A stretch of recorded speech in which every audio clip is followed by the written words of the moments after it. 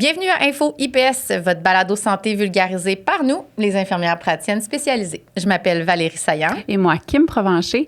Aujourd'hui, Valérie, on va parler d'un sujet qui, depuis 2020, prend beaucoup d'ampleur. On parle de la télésanté, de la téléconsultation.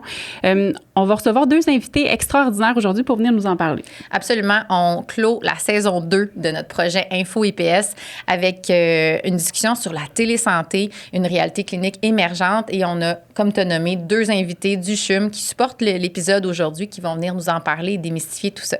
Bonne écoute! Ce balado santé vous est présenté par l'AIPSQ avec le soutien de l'École des sciences infirmières de l'Université de Sherbrooke, de la Faculté des sciences infirmières de l'Université de Montréal, des programmes d'IPS de l'Université du Québec à Rimouski, ainsi que du département des sciences infirmières de l'Université du Québec en Outaouais. Les renseignements partagés dans ce balado ne remplacent pas l'avis d'un professionnel de la santé.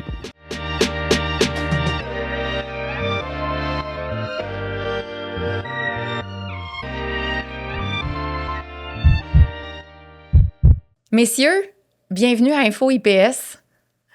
Donc, on est super privilégiés aujourd'hui. On a deux invités, M. Rudolph Despatoureaux. Bonjour. Enchanté. Et Jean-Marc Esterlin. Bonjour. Un épisode qui est présenté par le CHUM. Messieurs, vous êtes experts en télésanté. Parlez-nous un peu de votre projet. Mais écoutez, donc moi je suis gestionnaire dans le service de télésanté du CHUM. Jean-Marc. Moi, je suis agent de soutien en télésanté au CHUM. Puis, mettons en bon français, là, qu'est-ce que vous faites concrètement? Donc, on met en place, en fait, pour l'établissement, des services de télésanté qu'on peut appeler aussi parfois télémédecine, soins virtuels, santé numérique, santé connectée. Donc, c'est le fait de pouvoir voir le patient à distance ou surveiller, par exemple, des constantes à distance. Puis vous, Jean-Marc? Moi, dans mes tâches de tous les jours, je mets en place des formations pour les patients. Je les accompagne aussi à réaliser leur téléconsultation. Et en gros, c'est un service de soutien pour accompagner les patients à réaliser leur téléconsultation. Parce que la technologie, on s'entend, là, ça peut être très compliqué. En tout cas, du moins pour certaines personnes, ils peuvent voir ça très compliqué. Donc, vous êtes là pour rendre ça le plus simple. Fait que concrètement, vous êtes avec les patients au quotidien pour les assister dans les problématiques technologiques. Puis, en parallèle, vous faites aussi des formations pour faciliter la télésanté. Tout à fait. Super. Bien, merci pour ce que vous faites. C'est sans doute très apprécié. Alors, messieurs, on part ça avec nos vrais ou faux. Donc, j'y vais avec « On ne peut pas avoir de suivi médical de qualité à distance ». Totalement faux. La télésanté peut réduire les délais d'accès aux soins. Vrai. La télésanté est réservée aux personnes jeunes et à l'aise avec la technologie. Encore une fois, faux. Les consultations en télésanté ne sont pas confidentielles. Faux. La télésanté est un choix éco-responsable. Vrai. J'ai hâte qu'on en parle.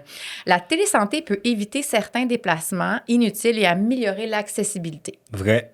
La télésanté remplace complètement les consultations en personne. Faux. Est-ce que la télésanté est couverte par l'assurance maladie? Vrai. Un proche aidant ne peut pas m'accompagner lors d'une téléconsultation. C'est faux.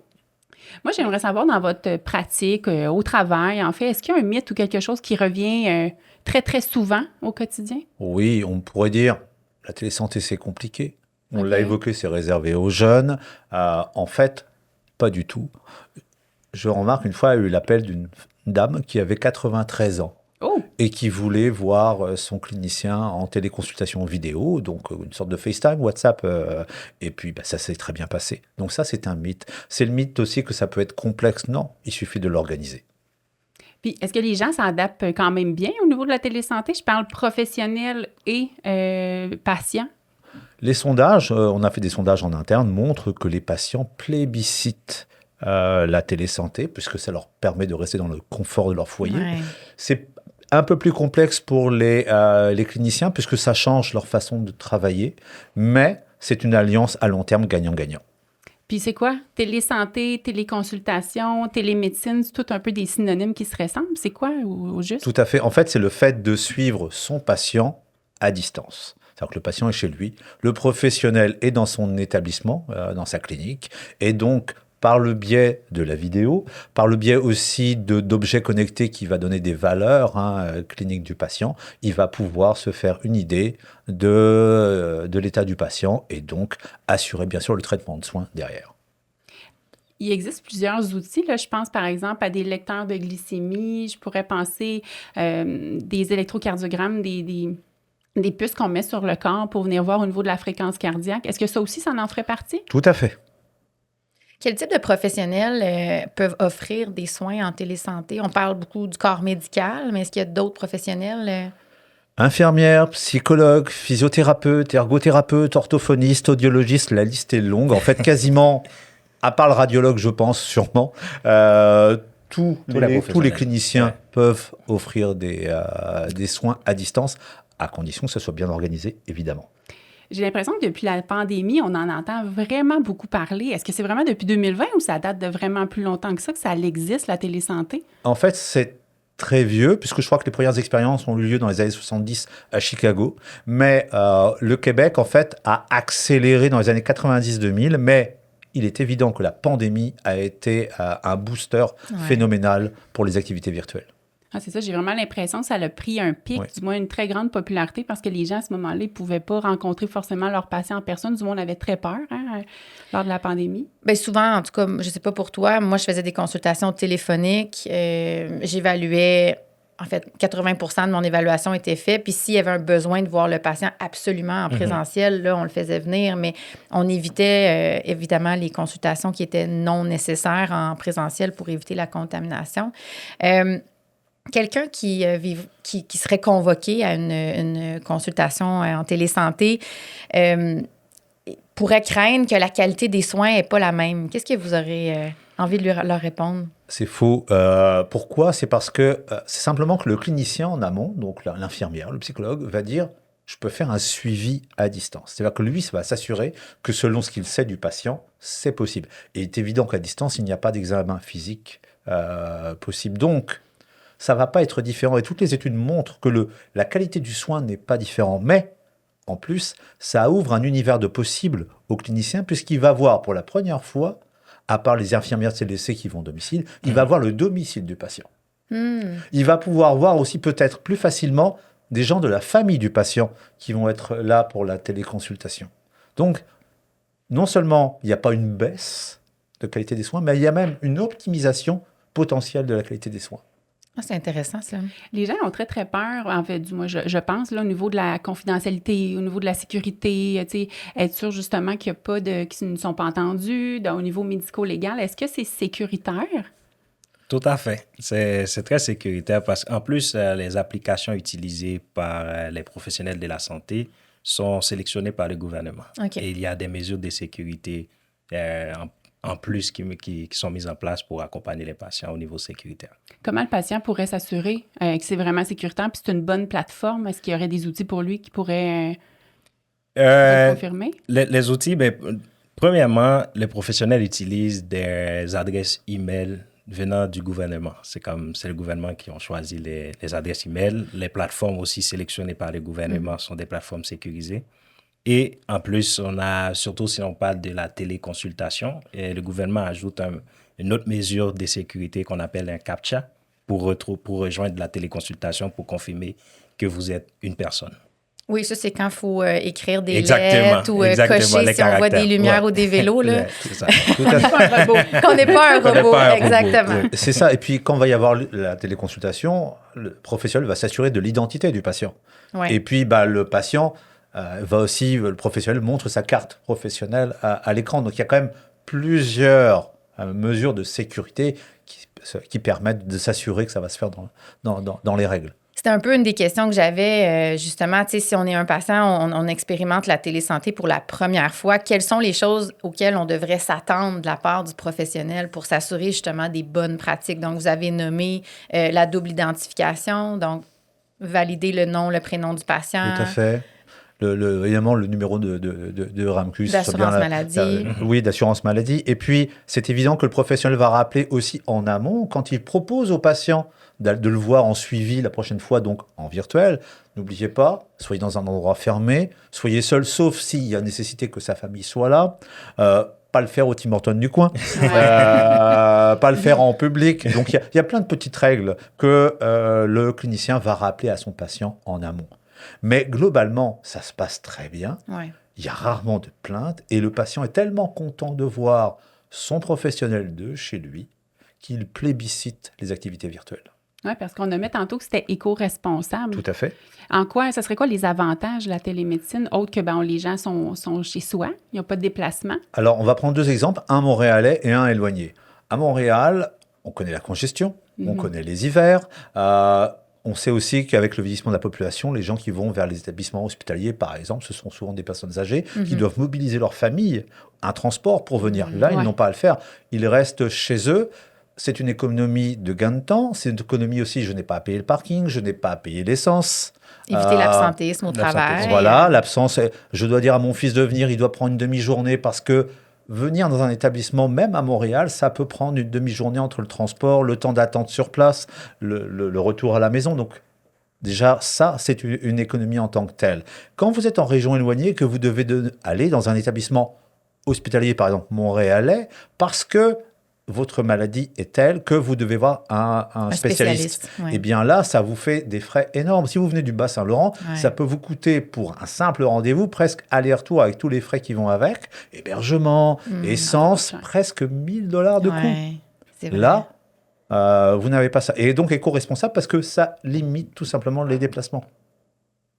Fait que les avantages sont immenses aussi. Oui, Je pense au niveau les gens en région éloignée, justement, qui n'ont peut-être pas accès à tous les professionnels de la santé. Du moins, il y en a, mais des fois, justement, voir parler à un rhumatologue, parler à un neurologue, des fois, justement, le fait qu'il soit à distance à Montréal, puis le patient dans le Nord, c'est quand même un très gros avantage. Tout à fait. Par exemple, en génétique, il n'y a pas beaucoup de centres qui font de la génétique. Eh bien, par exemple, là, l'infirmière peut assister à la téléconsultation du patient. Il est à Rimouski, le patient est à 50 km, n'a pas à bouger. Et puis, va y avoir un appel avec une conseillère génétique, par exemple, au CHUM. Et puis, ça va permettre de faire un lien clinique sans de déplacement. Je me suis déjà fait demander, est-ce qu'on peut avoir un rendez-vous en télésanté lors d'un premier rendez-vous avec un spécialiste ou un professionnel de la santé? Alors, les bonnes pratiques disent non, parce qu'il faut connaître le patient, parce qu'on parle de suivi. Ouais. On parle pas d'acte premier. Toutefois, dans le cas de services d'urgence qui ont été organisés comme tels, par exemple pour le suivi des AVC, où là, chaque minute compte, c'est possible, mais c'est très, très, très encadré. OK. Dans quelle situation la télésanté serait pas une bonne option, par exemple, pour un patient? Examen physique, OK. c'est le b.a.-ba. Donc, là, quand vous disiez, généralement, le premier rendez-vous va s'effectuer en personne avec le professionnel. Il y a une évaluation qui est dite complète avec l'examen physique. Et par la suite, les suivis ultérieurs pourraient être faits en complément avec des valeurs de laboratoire. Tout à fait. Les valeurs là, de glycémie, de pression, etc. Moi, c'est quelque chose que je reçois souvent. Oui. Des rapports de consultation, de téléconsultation de spécialistes de mes patients. Ça semble être très apprécié. On disait aussi que ça améliorait beaucoup l'accessibilité aux soins. Comment est-ce que la télésanté répond à ça? Ben, par exemple, je vous prends un exemple, il y a un programme provincial qui est de la télédermatologie. C'est très compliqué d'avoir accès à un dermatologue. Là, grâce à une plateforme dédiée, un Omni, par exemple, dans les Laurentides, peut envoyer une requête à un dermatologue qui est à Montréal. Le dermatologue va regarder les photos qui sont liées avec la requête, puis le fond de dossier, et puis va émettre un plan de traitement. Sans voir le patient, c'est très encadré, mais ça permet, sinon, au lieu d'attendre 2, 3, 4 mois, en une semaine, l'Omni a la réponse par rapport au patient. Donc oui, ça permet en fait de gagner du temps. Ça ne réduit pas les listes d'attente, mais ça permet de réduire le temps pour avoir accès à un clinicien. C'est un service qu'on a aussi, nous, les professionnels de la santé, le conseil numérique qu'on appelle maintenant, qui n'est pas avec le patient, mais pour le patient, où on va consulter des spécialistes de façon sécuritaire avec des questions pour savoir est-ce qu'on a besoin de référer le patient ou pas, pour éviter de faire des références puis justement surcharger le système. Fait que je pense qu'on s'est vraiment amélioré à ce niveau-là. Jean-Marc, parlons un peu de ton rôle. Oui. Donc, pour prendre un terme anglais, tu es le troubleshooter de la technologie. Comment est-ce que ça se passe au quotidien? Quel genre de problème tu règles? Il y a différents types de problèmes. Par exemple, un patient qui a un rendez-vous en téléconsultation et c'est la première fois que ce patient-là va utiliser les plateformes technologiques, mais parfois, il y en a qui ne savent pas comment télécharger le Teams. Ils ne savent pas comment utiliser le Teams. Comme des choses de base, Ouais. ils ont de la difficulté à accomplir cette tâche-là. Dans ce cas-là, ils m'appellent, je les explique, je fais les tests avec eux, étape par étape, pour montrer quoi faire pour réaliser leur téléconsultation. Fait que pour un patient, là, comment ça se passe? Il reçoit, il y a un consentement qui est fait lors du premier rendez-vous pour effectuer les suivis ultérieurs en téléconsultation. Et là, ils vont recevoir un courriel avec un lien à cliquer. Avec leur nom, la date du rendez-vous et le type de rendez-vous, si c'est en présentiel ou en téléconsultation, et aussi avec le lien pour rejoindre la téléconsultation. Puis est-ce qu'il y a une fiche informative? Il y a le numéro de téléphone. pour Exactement. Oui, accéder c'est ça, il y a le numéro personnel à Jean-Marc. Les commentaires qui reviennent le plus souvent, des commentaires positifs, j'imagine qu'il y en a. Pour ce service-là? Oui. En gros, comme le sondage qu'on a mis en place, on est plus de 90% de satisfaction. Wow. Et en plus, les commentaires aussi, ça démontre que pour ce service-là, il y a un côté humain aussi. Essayer de se mettre à la place de l'autre. Et regarder leurs difficultés à se connecter, etc. Et voir comment on peut simplifier ça pour eux.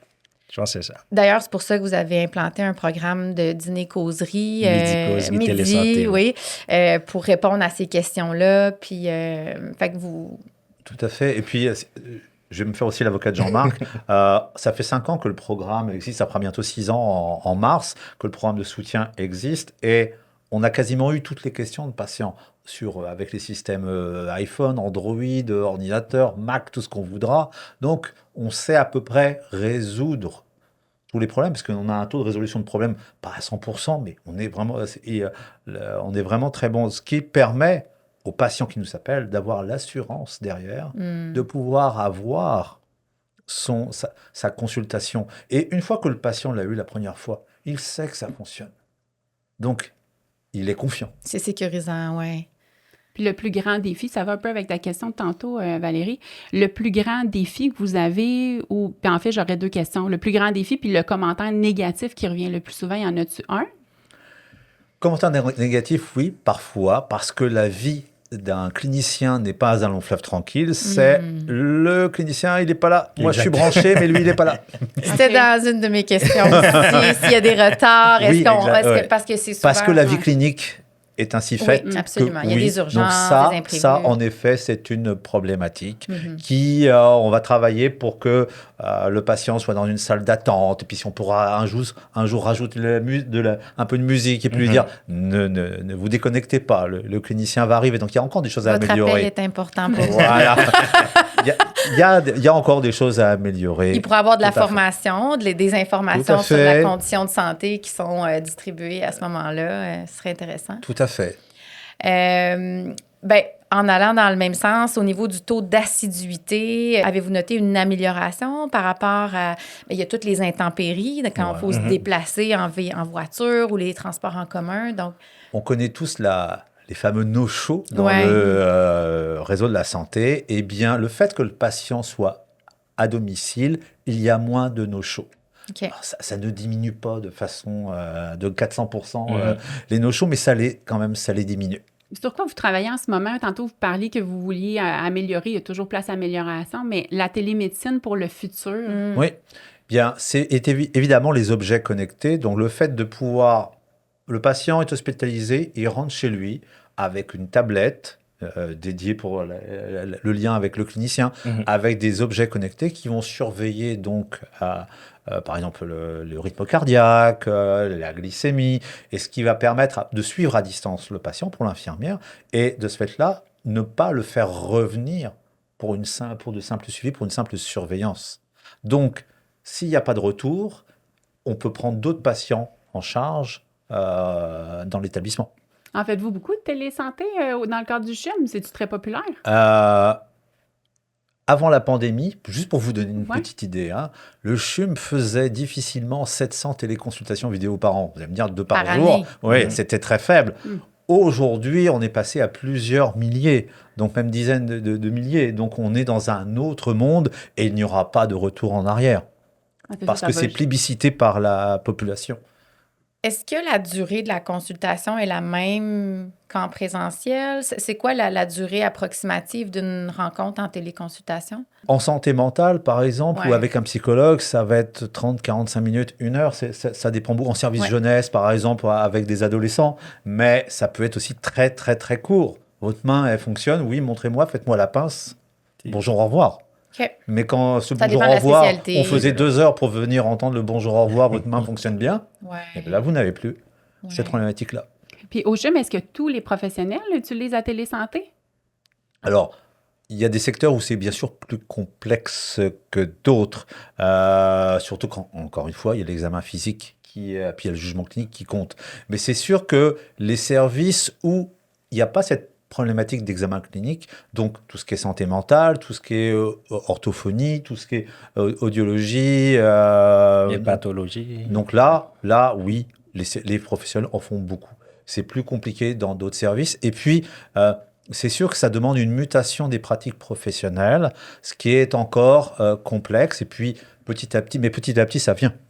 Les patients s'adaptent, mais les professionnels aussi, il faut qu'ils s'adaptent. Les professionnels Tout doivent à fait. s'adapter aussi. Ouais. Oui. C'est un gros changement. C'est quoi les plus les plus grosses barrières, selon vous, actuellement, pour les professionnels? Alors, c'est que le système, parce que quand vous encadrez de façon importante le système pour, en fait, le fait que le public soit sécurisé, obligatoirement, c'est des barrières que l'on met autour d'un système. Ça maintient la sécurité du système, mais ça le rend lourd. Donc, quand on est un clinicien, qu'on va et vient toute la journée, qu'on fait ses 10 000 pas par jour parce qu'on va partout, là, on vous met des heures précises de rendez-vous, ça peut rendre les choses compliquées. Et puis, un système de rendez-vous, il n'y en a aucun de parfait. Ouais. Mais les cliniciens qui l'ont pris, qui l'ont adopté, ne reviendraient pas plus en arrière. OK. Jean-Marc, si tu avais à partager aux auditeurs concrètement les choses à faire, donc on se prépare pour un premier rendez-vous de télésanté, c'est quoi les choses auxquelles ils devraient penser, l'environnement, Les bonnes pratiques. les bonnes pratiques du patient? C'est ça, mais parce que comme tantôt Rodolphe a soulevé ce point-là, la plupart du temps, lorsque c'est au téléphone, le patient peut être dans un rangé de fruits, etc. Mais avec la téléconsultation, premièrement, il faut faire un test, voir si l'équipement fonctionne bien, si la caméra, le son et tout fonctionne, la connexion de l'Internet. Et la deuxième chose à faire, c'est organiser son espace. Parce qu'il faut que ce soit comme l'espace doit être privé, lumineux et sans bruit. Et ça, c'est important parce que les informations concernant la santé des patients, c'est personnel. C'est privé. C'est pour ça, je pense que les gens doivent organiser leur espace pour assister à la téléconsultation. Et l'autre point, c'est avoir tout en main. La carte RMQ, Ouais. le téléphone sous les yeux au cas où il y a un problème technique, etc. Parce que le professionnel va contacter le patient avec son téléphone pour finaliser la consultation. Oui, parce que je peux imaginer qu'il y a des pertes de temps ici et là, si justement les gens sont pas prêts, sont pas ponctuels, puis ça va dans les deux sens avec le professionnel, mais j'imagine qu'une des barrières qu'on a avec les professionnels, c'est justement ça, c'est cette espèce on cherche à être efficace, on veut voir beaucoup de patients, le système est sous pression, mais si à chaque rendez-vous, on perd 1 à 2 minutes par patient, ça peut être lourd de conséquences. Oui, tout à fait. Et puis, mais à rebours, ça ouvre des possibles. Je vais prendre juste une anecdote en radio-oncologie. Donc, le patient chez lui, puis il y avait sa femme et puis un de ses enfants. Le patient dit au radio-oncologue, donc ils sont assis sur son canapé, « Moi, je vais très bien. » Et là, derrière, des deux côtés, il y avait sa femme et son fils. Non, tu vas pas bien. Cette interaction-là serait plus complexe En vrai. dans un bureau. Ouais. OK. Alors là, comme on est à la maison, le patient, et puis sa famille est plus libérée dans sa parole. Et puis, par exemple, aussi, c'est « Montrez-moi les médicaments que vous prenez actuellement. » Puis on sort les boîtes. Tiens, c'est bizarre, celui-là, je l'ai pas dans ma... La OK. prescription. OK. Il y a plein de petites choses qui ne seraient pas possibles OK. Intéressant. dans un cubicule ordinaire. Qu'est-ce que vous donneriez comme conseil à un patient qui hésite encore aujourd'hui à utiliser la télésanté? D'en parler à son professionnel. Et je pense qu'il y a une alliance entre le clinicien et le patient sur ce sujet-là. Donc, ça peut être simple. Ça peut être simple, tout à fait. Oui, puis je pense que j'ai l'impression aussi l'adaptation, comme on le disait tantôt, autant pour les patients que les professionnels, c'est du changement. Hein. Des fois, l'humain est réfractaire toujours au changement, mais ça Oui. peut être simple, on est bien accompagné. Oui. Alors, on dit parfois que c'est complexe parce qu'il y a la sécurité. Mais alors, quand on prend son téléphone, par exemple, on va sur WhatsApp, on le fait en 2 clics. Eh ben, là, avec la sécurité, on le fait en 3 clics, 4 clics maximum. C'est pas si complexe que ça. C'est juste une petite gymnastique à prendre. Puis il y a un réseau de soutien qui est bien en place avec des numéros d'accès direct. Là. Les gens n'ont pas à faire plusieurs numéros et attendre. Tu sais, je pense que tu es très disponible pour Tout à fait. répondre aux patients. Ouais. Le numéro du CHUM est disponible. Tout à fait. Puis même au niveau provincial, il y a un service de soutien donc provincial où les gens peuvent appeler ou aussi peuvent tester leur son, leur vidéo. Donc, il y a plein de choses qui sont mises en place, même en dehors du CHUM. On pourra mettre le lien de ces références-là dans l'épisode pour que les gens puissent... parce qu'il y a des gens qui sont très prévoyants et très organisés. Là. On parle des gens, des fois, qui sont peut-être plus dernière minute, mais je sans doute qu'il y a des gens qui se préparent à l'avance puis qui veulent vraiment optimiser le temps. Donc, on les salue pour ça. On mettra les informations. Qu'est-ce que vous aimeriez que les gens retiennent? Que ce n'est pas compliqué.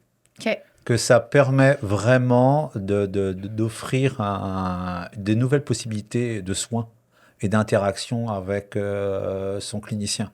Et puis, quand, imaginons une personne de 80 ans qui a beaucoup de rendez-vous, Ouais. il doit mobiliser à chaque fois quelqu'un de sa famille pour le transporter.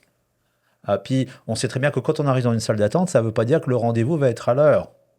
Ouais, oui, ça, c'est C'est certain. peut-être mieux d'être chez soi, même si le médecin est en retard, Ouais. que attendre 1 heure et demie dans une salle d'attente. Et puis avec tous les gens qui toussent autour de vous. Ouais, tout à Donc, fait. et puis c'est quand même plus sécurisant d'être chez soi. Je sors pas, je ne risque pas de me... Je peux aller aux toilettes, je peux manger. Voilà, je ne risque peux pas de me faire casser autre une patte sur le verglas, Ouais. sur les trottoirs. Ouais. Il y a plein de possibilités.